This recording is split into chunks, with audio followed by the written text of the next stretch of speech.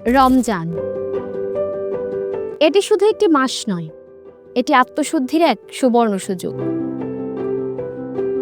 এই মাসেই নাজিল হয়েছিল মহাগ্রন্থ পবিত্র আল কোরআন, মানবজাতির পথ নির্দেশনা হিসেবে।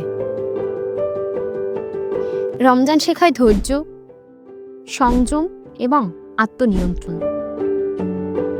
আমরা যখন রোজা রাখি, আমরা যে শুধু খাবার থেকে বিরত থাকি তা কিন্তু নয়। আমরা বিরত থাকি মিথ্যা বলা থেকে, অন্যায় থেকে, খারাপ দৃষ্টি থেকে এবং খারাপ চিন্তা ভাবনা থেকেও। রোজা হলো আত্মাকে পরিশুদ্ধ করার প্রশিক্ষণ।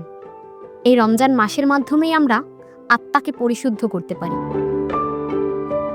আজকের আধুনিক বিজ্ঞান বলছে রোজা শরীরের জন্য আশীর্বাদ স্বরূপ।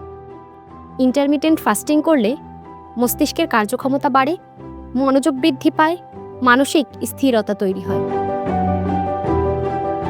শুধু তাই নয়, রোজা শরীরে অটোফেজি নামের এক বিস্ময়কর প্রক্রিয়া চালু করে।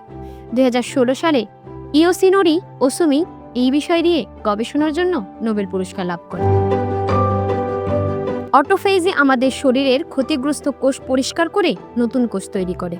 একবার ভাবুন তো, 1400 বছর আগে যে রোজার বিধান দেওয়া হয়েছিল, আজ বিজ্ঞান তার উপকারিতা আবিষ্কার করছে।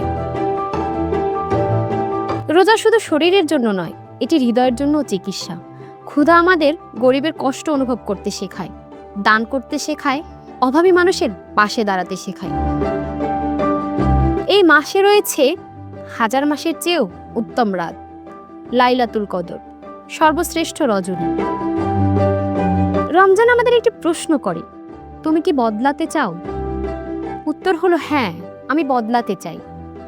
এই মাসের মাধ্যমেই আমরা নিজেদেরকে বদলাতে পারি। নামাজ ঠিক করে করতে পারি, কোরআন তেলাওয়াত বাড়াতে পারি, খারাপ অভ্যাসগুলো ছাড়তে পারি, আল্লাহর দিকে ফিরে যেতে পারি। হয়তো আমরা অনেক ভুল করেছি, হয়তো আমরা অনেক সময় নষ্ট করেছি, হয়তো আল্লাহর থেকে আমরা অনেকটা দূরে সরে গেছি, কিন্তু রমজান আমাদের জন্য দরজা খুলে দেয়। ক্ষমার দরজা, পরিবর্তনের দরজা এবং রহমতের দরজা।